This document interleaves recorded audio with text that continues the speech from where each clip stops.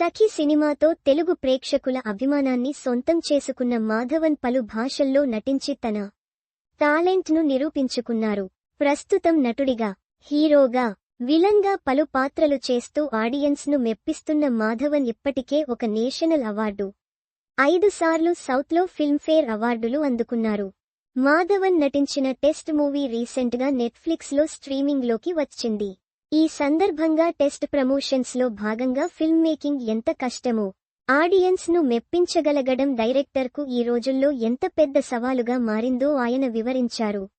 ఒకప్పుడు సినిమా చూడాలంటే అది చాలా పెద్ద ప్రాసెస్ అని చెప్పిన మాధవన్ ఇప్పుడు సినిమాలు ఎంత క్లిష్టంగా మారాయో చెప్పుకొచ్చారు. ఒకప్పుడు తాము సినిమా చూడ్డానికి వెళ్లినప్పుడు ఇన్ని సౌకర్యాలు లేవని, థియేటర్ దగ్గరకు వెళ్లి అక్కడి జనాల్ని తోసుకుంటూ పార్కింగ్ చేసి ఓవైపు క్యూలో నిలబడి టికెట్స్ తీసుకుంటే మరోవైపు తన ఫ్యామిలీని ఎవరూ నెట్టకుండా జాగ్రత్త పడటం వరకు అన్నీ ఉండేవని, ఆ రోజుల్లో ఇంటర్వెల్లో తినడానికి పాప్కార్న్, సమోసా తప్ప ఏముండేవి కాదన్నారు.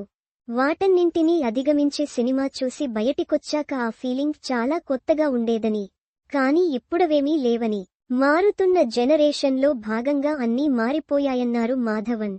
థియేటర్లో మనం కూర్చున్న దగ్గరకే ఏం కావాలో సెలెక్ట్ చేసుకునే ఆప్షన్ వచ్చేసిందని, పాప్ కార్న్ నుంచి పానీ పూరీ వరకు అన్నీ మన అందుబాటులోకి వచ్చాయని తెలిపారు.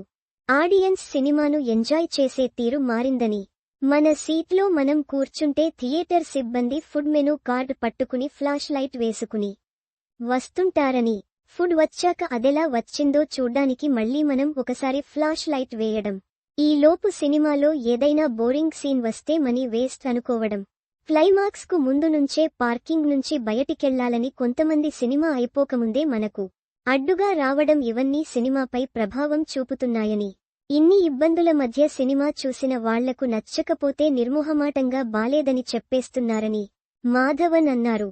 దానికి తోడు ఇప్పుడు అన్నింటికంటే పిల్లలు సినిమాలు చూసేలా చేయడం పెద్ద సమస్యగా మారిందని, వారిపై కొరియన్ పాప్ కల్చర్ ప్రభావం చూపిస్తోందని మాధవన్ అన్నారు. చాలా మంది పిల్లలు కొరియన్ లాంగ్వేజ్ నేర్చుకుని పేరెంట్స్కు అర్థం కాకుండా సీక్రెట్ కోడ్లో మాట్లాడుకుంటున్నారని, అసలు మన సంస్కృతిలోకి కొరియన్ కల్చర్ ఎలా వచ్చిందో అర్థం కావడం లేదని, ఈ కల్చర్ వల్ల మనం మన ఆడియన్స్ను కోల్పోతున్నామని, మనకు వాళ్లకు కథ చెప్పే విధానంలో ఉన్న తేడా ఏంటనే ప్రశ్నలు ఎప్పుడూ తన మైండ్లో ఉంటాయని మాధవన్ ప్రస్తుతం ఇండస్ట్రీలో ఉన్న పరిస్థితుల గురించి వివరించారు.